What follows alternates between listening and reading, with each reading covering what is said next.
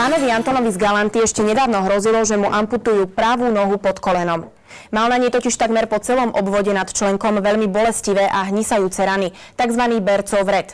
Dnes to však vyzerá, že amputácia predsa len nebude nutná. Za malý zázrak, ktorý pánovi Antonovi zachránil nohu, môže múdra huba, ktorú pred niekoľkými rokmi izoloval z pôdy český vedec. Viac vám už o nej povie Veronika Tótová. Samozrejme, že človek nechce stratiť nohu. Preci noha je noha, umelé je umelé. Pán Anton bojuje s bercovými vredmi dlhé roky. Ide o cievne ochorenie, kedy je pokožka a podkožné tkanivá zle zásobované krvou a tým aj zle vyživované.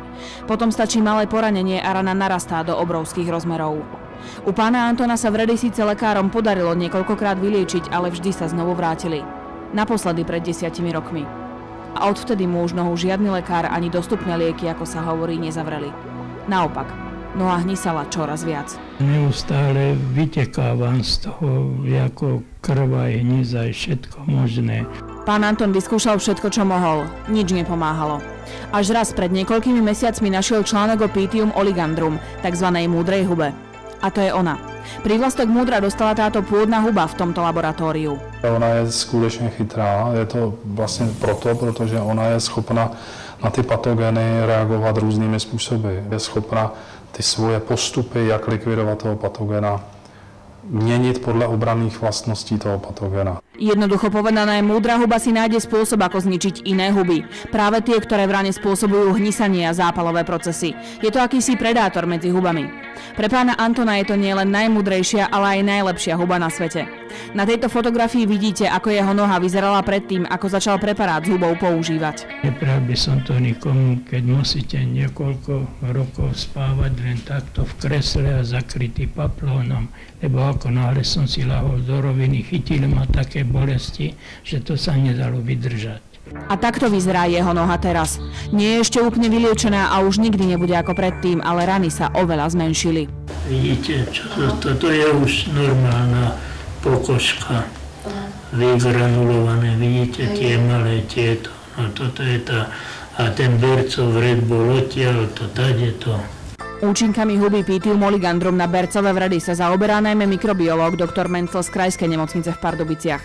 Na ňo sa nakontaktoval aj pán Anton. Pythium oligandrum, pokud je aplikováno na tyto případy, tak dokáže eliminovat svou enzymatickou aktivitou hnisání, dokáže nastavit prostředí, které je nepříznivé pro množení mikroorganismů, tím pádem ta rána se čistí. Veľmi nepríjemným sprievodným javom týchto vredov je aj charakteristický hnilobný zápach. Při některých případech toho hnisání ta rána i velmi nepříjemně páchne, což takto postiženého člověka vrhá do izolace. Velice to zapáchalo na táto huba.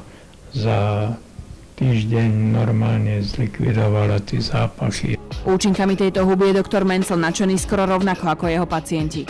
Za každou porovnávacou fotografiou on vidí príbeh. Vidí konkrétneho človeka, ktorý môže zase chodiť, ležať. Nemusí sa hanbiť za zápach, ktorý ho všade sprevádza. Môže zase žiť. Pythium oligandrum dokáže velmi elegantně jako upír vysávat jiné houby, včetně svého příbuzenstva. A potom, ako zničí všetko škodlivé, sa aj sama stiahne. Ta huba nežije sama. Ta je schopna žít pouze vyživujícím způsobem, parazitickým způsobem, vyživovat se z pletiv těch patogenů. Keď ten patogén zlikviduje, nemá ďalšiu potravu a prestáva existovať. Objavenie blahodárnych účinkov múdrej huby na ľudí je však tak trocha náhoda. Túto hubu v 70. rokoch 20. storočia prvýkrát izoloval z pôdy docent Veselý a 30 rokov ju skúmal ako hubu, ktorá pomáhala rastlinám zbaviť sa svojich škodcov. Pred približne 10 rokmi sa však vzorky tejto huby dostali na nohy jednej výskumnej pracovníčky. Podařilo se tady kolegyni si potřísnit náhodou nohy a najednou se zjistilo, že určité zápachové syndromy, když to budu nazývat poněkud kulturněji, tak najednou zmizely. Bercové vredy totiž nie sú jediným ochorením, na ktoré má múdra huba pozitívne účinky. Od likvidace plísní mezi prsty na nohou, takové té nejklasičtější formy, až vlastně co se používá v poslední době a testuje na lupenku, atopické ekzémy. Vedci v laboratóriu, kde sa múdra huba vyrába, ani doktor Mencel netvrdia, že je to zázračný liek.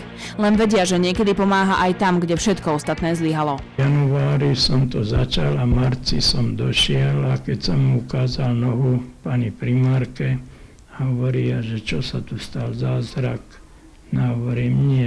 Pán Anton má pravdu. Je to len táto spleť guľôčok, ktoré vlastne ani nie je vidieť.